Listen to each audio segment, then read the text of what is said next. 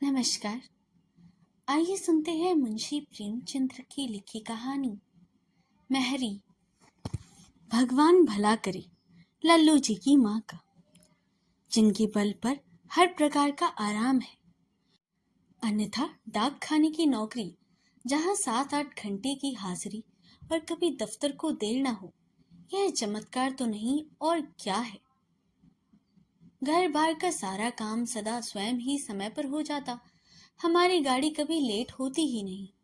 घर के सभी चूल्हे घड़ी के पूजों की भांति सदा अपनी अपनी जगह पर ठीक रहती है। यह सब लल्लू जी की माँ का जादू है।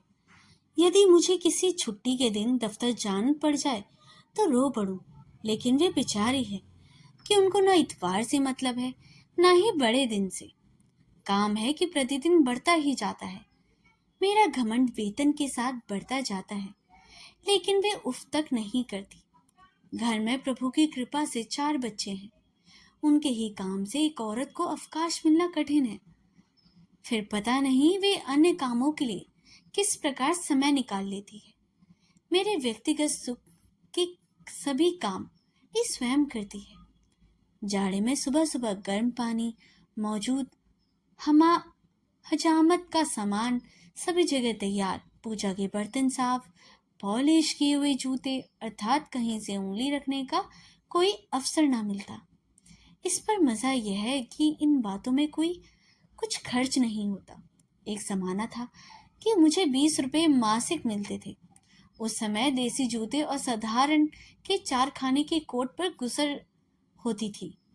अब परमात्मा की कृपा से 100 रुपए मासिक मिलते हैं, तो पॉलिशदार जूता और रेशमी कोट से कम नहीं चाहिए। वे बेचारी है कि किस प्रकार पहले रहती है, उसी प्रकार आज भी गुजर करती है। केवल दूसरे साल एक गहना और कार्तिकेय के दिन त्रिवेणी स्नान, बस इसी में प्रसन्न है। इधर हम लोग हैं कि प्रत्येक वर्ष वेतन वृद्धि होती है, लेकिन धन्यवाद के स्थान पर सदा अल्हाना उपलम्ब ही मुंह पर रहता है। और हर समय पोस्टल एसोसिएशन की पुकार की वार्षिक वेतन वृद्धि में बढ़ोतरी और दफ्तर के कार्य का समय कम रखा जाए, और कोई भी अधिकारी आंख उठाकर ना देख सके। मैं जो दाल चावल खाता हूँ वही वे भी खाती है। ईश्वर है कि देन है कि उन्हें संतोष रहता है और मुझे असंतोष और अधीरता। मैं पूरा कर पूरा वेतन लल्लू जी की माँ के हाथ में ही दे देता हूँ, और मुझे वह सुख सुविधा मिलती है जो 300 रुपए के अफसर को नसीब न होता। अतिथि भी प्रसन्न रहते हैं और सभी संबंधी भी संतुष्ट हैं। सच पूछे तो जितना काम वे करती है वह 100 रुपए से अधिक का होता है। साहब लोग अपने बच्चों के लिए 15-20 रुपए मासिक पर आया रखते हैं, लेकिन उनको वह आराम और प्यार नसीब नहीं होता जो मेरे बच्चों को है। यदि मैं एक बावर्ची रखूं तो कम से कम 10 रुपए मासिक और भोजन देने का भी इतना अच्छा खाना नहीं बन सकता। इस पर मजा यह है कि सदा खर्च में किफायत दृष्टि में रहती है। यदि मैं 15 रुपए मासिक पर अपने लिए एक बैरर रखूं तो वह भी इतनी देखभाल और रख रखाव नहीं कर सकेगा। फिर बच्चों को कपड़े की सिलाई ही 10-15 रुपए मासिक की हो जाती है। झाड़ू बर्तन की नौकरानी ही 10-5 रुपए की मासिक ले जाती है। अर्थात चाहे जो हिसाब लगाइए, यदि मेरा लगभग समस्त वेतन भी नौकरों को भेंट कर दिया जाए तो भी इतना आराम नसीब नहीं हो सकता जितना कि इस भगवान के रहने से उपलब्ध है। इसे अंग्रेजी शिक्षा का प्रभाव समझे या अखबार पढ़ने अथवा बड़े बड़े नेताओं के भाषणों का परिणाम, प्राय मेरे मन में आता है कि अपने जीवन साथी से इतनी मेहनत करना भारी अत्याचार है, और वास्तव में एक औरत का इस सीमा तक काम करना अन्याय है। लेकिन वह बेचारी अपने मुंह से कुछ नहीं कहती। संभवतः उनके मन में कभी विचार ही नहीं आता है। मेरे मन में कभी कभी उफान सा उठता है कि एक महीना मैं भी आराम करूं तो शायद कुछ आराम मिले, वास्तव में बहुत स्वार्थीपन की बात है कि मैं तो बाबू बना हुआ हर प्रकार का आराम उठाऊं और घर की देवी नौकरानी की भांति दिन भर काम करती रहे। लेकिन जब कभी देवी जी से इसकी चर्चा होती है तो वे सदा हंस कर टाल देती है। क्यों बेकार में खर्च बढ़ाओगी? मैं कुछ पढ़ी लिखी तो हूँ नहीं जो दिन भर पलंग पर लेटी रहूं या सुबह शाम पार्क में सैर को जाऊं। जिस तरह काम चलता है चलने दो। यदि मैं दबाव देता हूँ तो वे कहने लगती है। मैं मना नहीं करती, मेहरी रख लो। मेरे समय से पहले तो सदा एक नौकरानी घर में रही। मुझे वही समय याद आता है। बुढ़िया नौली के बाद घर में कोई नौकरानी नहीं रही। भगवान भला करे। उसकी कमर झुक गई थी, लेकिन मरते दम तक अकेले ही सारा काम करती रही। सदा सेवा की है।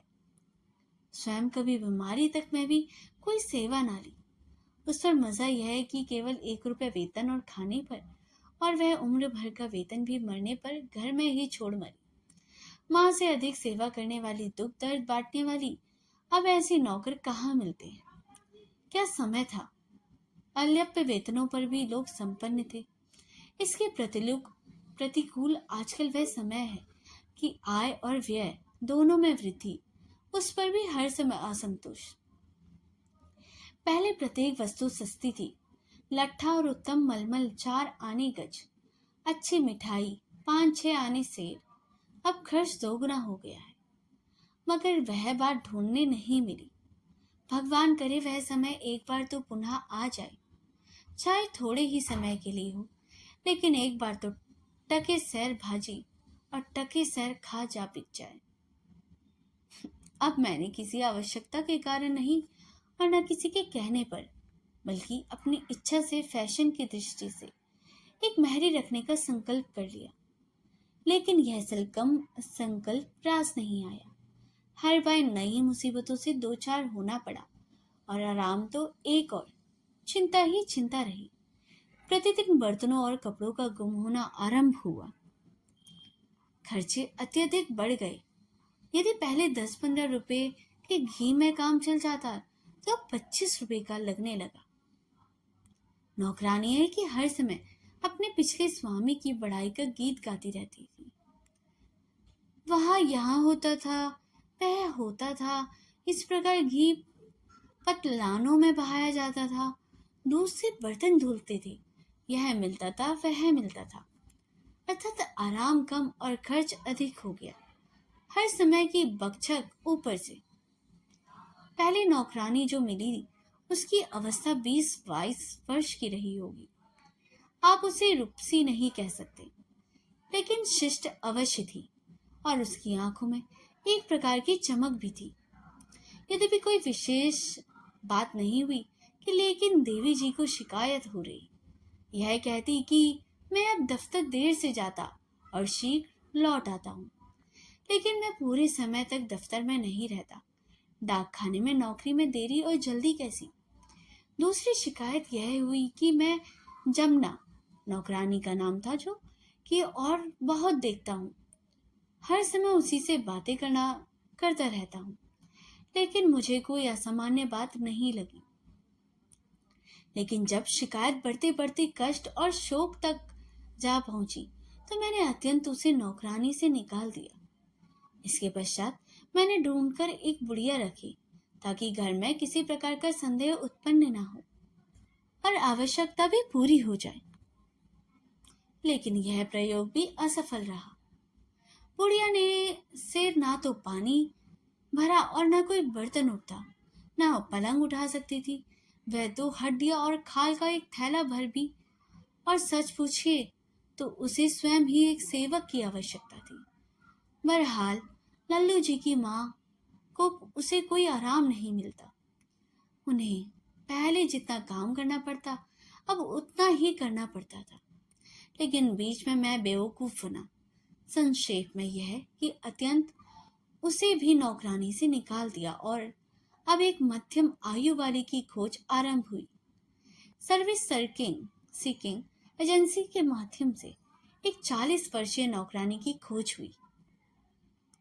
उससे पहले अनेक सेविकाएं आई और चली गई। कोई काम का विवरण पूछती और काम बताया जाता तो कहती, उल्टे पांव चली जाती कि काम से तो 2 नौकरों का है और वेतन एक का भी नहीं। इस पर जब दूसरी महरी आई तो मैंने कहा कि काम तो कुछ नहीं है, केवल पलंग बिछाकर पड़े रहना होगा। वह भी चली गई। विचित्र दशा है, यदि काम लेता हूँ तो नौकर नहीं रहता, यदि कहता हूँ कि कोई काम नहीं तो कोई परिणाम नहीं निकलता। खैर, हफ्ते पखवाड़े की खोज के पश्चात एक और मिली कि जिस पर किसी प्रकार का संदेह हो सकते थे और जो काम चोरी भी नहीं करती। हर प्रकार से अपनी बुद्धि और भली प्रकार सोच विचार कर उसे नौकरानी रखा। थोड़े समय पता चला कि जब औरत चाहती अच्छा काम करती और जब ना चाहती तो कुछ ना करती। ऊपर से यह किसी जब जी में आता घृणता सा व्यवहार करती। हर दिन की घटिया सुनिए देवी जी की थाली में मिट्टी और मिट्टी के पंजे का निशान देखा तो उससे पूछा, चंपा यह थाली तो बहुत मैली है। चंपा बोली, ये तो साफ पंजे और उंगलियों के निशान है। मैं ही क्या, सभी देख सकते हैं। मगर मेरी नहीं है हुम्मा, यह मेरी बड़ी लड़की का नाम है कि होंगी। लड़के तो इस घर में मिट्टी से खेला करते हैं। देवी, अरे चंपा, क्यों इतना झूठ बोलती हो? लड़की की इतनी बड़ी उंगलियां कहाँ? बेकार बातें बनाती हो और बच्चों को बदनाम करती हो। चंपा, मैं तो बात बनाती हूँ, मगर झूठे तो तुम ही बोला करते हो। देवी, जवान संभाल कर बात कर। यह महीना पूरा हो ले तो हम तुझे बर्खास्त कर देंगे। चंपा, तुम क्या बर्खास्त करोगी? मैं थोड़े ही दिनों में नौकरी छोड़ने वाली हूँ। केवल अपना सुविधा देख रही थी। मेरा आदमी हैरान है कि मैं इतने दिनों यहाँ कैसे रही। वे तो शुरू से ही इस घर के खिलाफ थे। यहाँ किसी नौकर का गुजारा हो नहीं सकता। सब चीजों के ताले और मुहरे लगी हैं। सूखी तनख्वाह ही तनख्वाह है।